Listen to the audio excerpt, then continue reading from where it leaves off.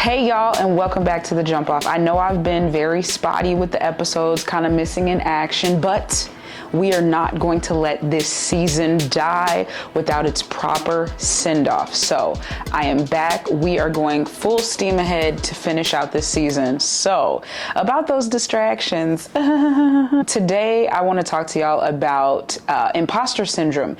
This is something that I kind of just heard about like within the last 5 years, but I feel like after reading up on it, I've experienced this a lot. So I want to kind of give out a general definition of what I'll be using for imposter syndrome. So when you Google it, the first thing that comes up says, imposter syndrome is the condition of feeling anxious and not experiencing success internally, despite being high performing in external objective ways. This condition often results in people feeling like a fraud or a phony and doubting their abilities. My question to you all is, have you experienced, felt, or are feeling imposter syndrome? And if so, what areas in your life are you feeling this?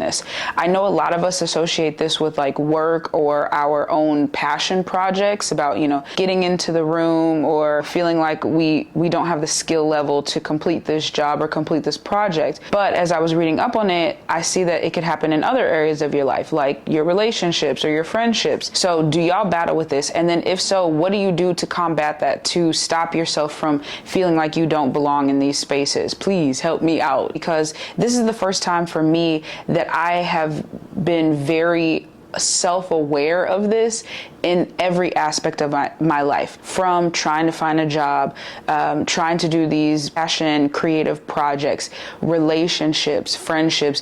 I just feel like an imposter across the board. Some of the distractions that I've been dealing with have really amped up this syndrome in my friendships and relationships, because I have been connecting with people who, to me, I feel like are out of my league, if you will, or that someone like me wouldn't be someone they would want to associate with or they would want to hang out with. So it's like I feel like I have to, keep up with the Joneses, keep up a certain pace or level or image, and that's not necessarily me. But I'm also like, these are things that I strive to and I want to be, but I feel like it's not me. I don't know if that makes sense. I know they say surround yourself by people who inspire you to do better and people that you want to be like, so then you start to do better.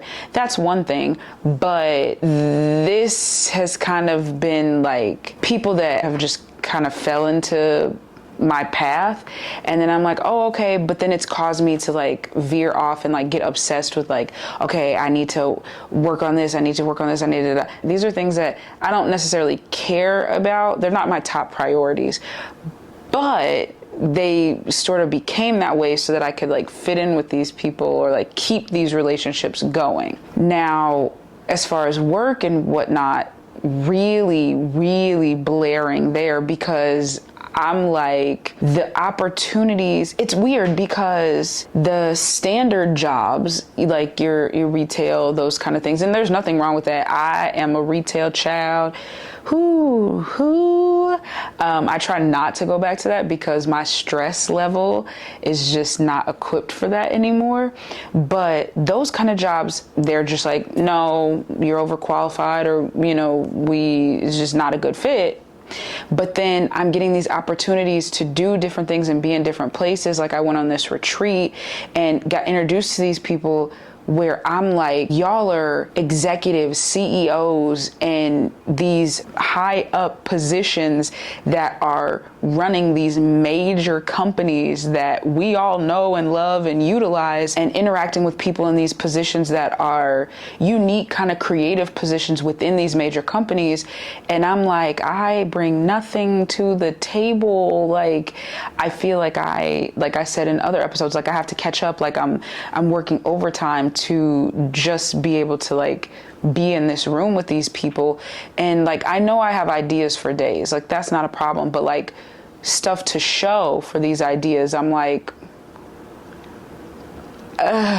let me talk my way out of this paper bag, and then it'll buy me some time to do what I need to do. But then I also go back to, well, I do have really good ideas, so that's something, you know. All of these things have really built up. Not all of them are distractions. A lot of the imposter syndrome was birthed out of distraction. I was doing things and not focusing on the work that I actually needed to be doing to combat the imposter syndrome. So I guess right there, that's my answer. What I need to do is actually focus on doing the work instead of focusing on the outward. I'm very much like, oh, I love a good celebration. I love, you know, hey, we got the job, let's go celebrate. Or, you know, we finished the project, but then the work, I'll be like, because of that, like I was saying before, lack of motivation and follow through. But I have the drive to finish, so, well, maybe. I have the drive for the finished product. I guess I really just need to focus on doing the work, and that's what's going to knock that imposter syndrome right in the face. But then it's also like, okay, well, if I'm feeling like, oh, I don't belong here, what's going to motivate me to do the work? So I guess I'm really starting to understand that I need to find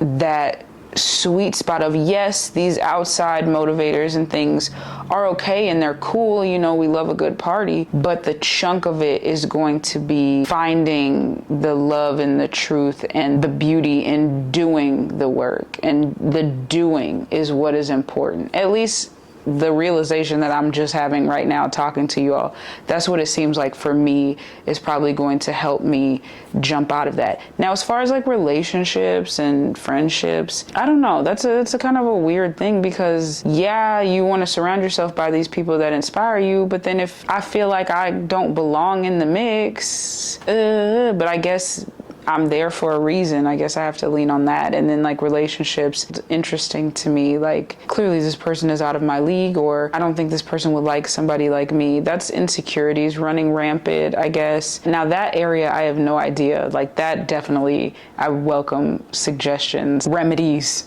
for that. I don't know. I guess you have to learn to love yourself and really stand firm in yourself. So I guess that goes back to knowing who you are. Wow, okay. I guess imposter syndrome is definitely birthed from within, but I guess if you're solid on who you are and what you bring to the table, and you really are living in your purpose, you won't have imposter syndrome. Wow. Well, let me go work on all this stuff, because I didn't expect to have these realizations while filming this. So okay, I'm gonna wrap it up so I can go actually start back doing the work. So y'all have a great week ahead. Please don't let imposter syndrome take you out of the great things that are on your plate, the amazing opportunities that have come your way, and the people that you are meeting. Know that you are there for a reason. Even if you feel like you're not supposed to be there, you're still there, you know, so you're there. That's the biggest battle. So I'll see you all next week.